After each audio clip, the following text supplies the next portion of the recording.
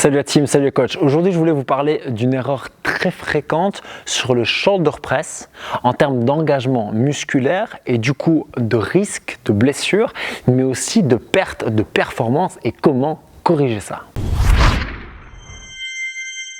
Bienvenue ou re-bienvenue sur cette chaîne, je suis Jack. Chaque semaine, je vous fais des vidéos pour développer votre carrière de coach grâce à une technique précise et un leadership inspirant. Si vous voulez recevoir toutes mes prochaines vidéos, il suffit pour ça de vous abonner à la chaîne. Pensez juste à cliquer sur la petite cloche, comme ça vous avez une notification à chaque nouvelle sortie. Le shoulder press, c'est ce mouvement bien connu, un des 9 mouvements fondamentaux en CrossFit, avec la barre qui part des épaules et qui termine son trajet vertical si possible, overhead.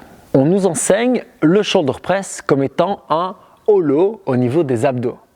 Ça veut dire que je vais vouloir être avec le gainage du transverse des obliques, les côtes rentrées, la colonne absolument neutre et pressée de manière extrêmement stricte. Ce qui est tout à fait juste pour des charges plutôt légères. Mais attardons-nous maintenant à ce qu'on voit dès que les barres sont lourdes. Chacun va plutôt faire ceci, un creux dans le dos au démarrage, pour revenir récupérer le hollow en haut. Alors si vous n'êtes pas familier avec ces notions de arc et de hollow, je vous invite à aller voir ma vidéo sur les mouvements primaires, qui est une des vidéos de base de cette chaîne qui vous permettra de comprendre énormément de choses au niveau de l'engagement musculaire dont je parle. Du coup, ce qui est intéressant de comprendre, c'est pourquoi on nous enseigne de le faire en hollow et en fait, bien souvent, on le fait en arc. Ce qui se passe, c'est que cette chaîne de hollow, de stabilisation, ou ce qu'on appelle aussi la torsion interne, c'est la chaîne qui va nous permettre de rester bien stable et bien neutre au niveau de la colonne. Mais lorsque la charge va être extrêmement lourde, on va revenir dans cette chaîne de arc,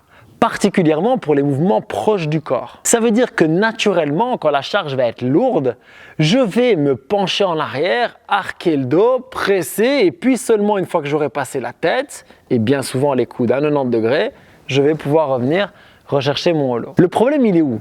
Le problème, il est que si on enseigne aux gens uniquement à le faire en gainage strict, dos neutre, quand ça devient lourd, ils creusent le dos, ils n'y sont pas préparés, ils ne savent pas comment le faire et c'est là que deux choses arrivent, le risque de blessure au niveau du bas du dos et aussi un manque de performance puisque si je veux rester tout le temps dans cette chaîne de hollow, je vais perdre de la performance et que si je passe involontairement dans la chaîne de arc, c'est pareil. Alors ce qu'on peut faire, c'est coacher les gens à démarrer en arc et stabiliser en hollow. Ça veut dire que je vais volontairement faire ce départ où je vais utiliser mes moyens fessiers pour arquer le dos volontairement sans me faire mal au bas du dos. J'ai bien dit arquer le dos, je n'ai pas dit creuser le bas et me faire mal. Et dès que possible, revenir, repasser les abdominaux dans le transverse, dans les obliques, revenir ramener les côtes à leur place initiale dans cette chaîne de hollow qui est stabilisatrice overhead. Et ça, comme je viens de le dire, ça s'apprend. Il faut l'apprendre, il faut le pratiquer volontairement avec cette conscience d'activer d'abord les moyens fessiers, de sortir la poitrine un peu comme on le ferait en haltérophilie, d'être très explos, paf, sur ce démarrage et puis de revenir avec le transverse et les obliques toujours bien stabilisé. On veut toujours garder cette trajectoire verticale, on veut toujours bouger notre tête vers l'arrière. La plupart des points de performance que l'on nous a enseignés sont toujours valables dans cette méthode. C'est juste qu'au lieu d'aller dans le arc par défaut, involontairement et de prendre des risques, on va y aller volontairement, on va être plus fort et plus en sécurité. On pourrait débattre du fait que ça va moins développer la force en stabilisation overhead. En fait, non.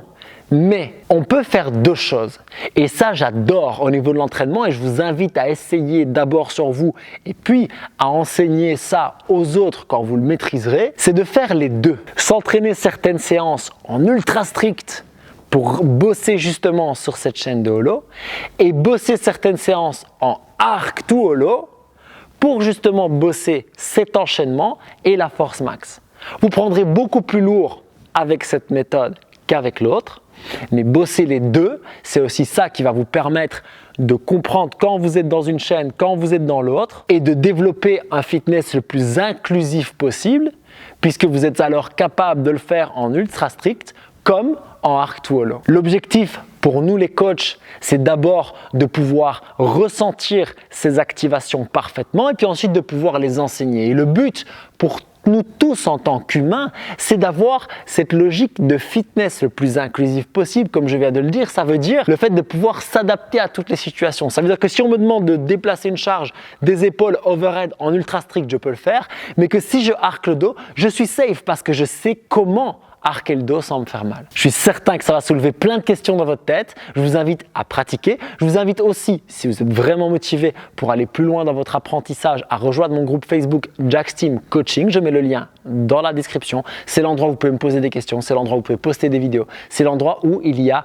une interaction, un cerveau collectif autour du coaching, du développement technique et du leadership. Je vous retrouve bientôt pour d'autres vidéos et dans le groupe pour continuer à évoluer tous ensemble. Peace!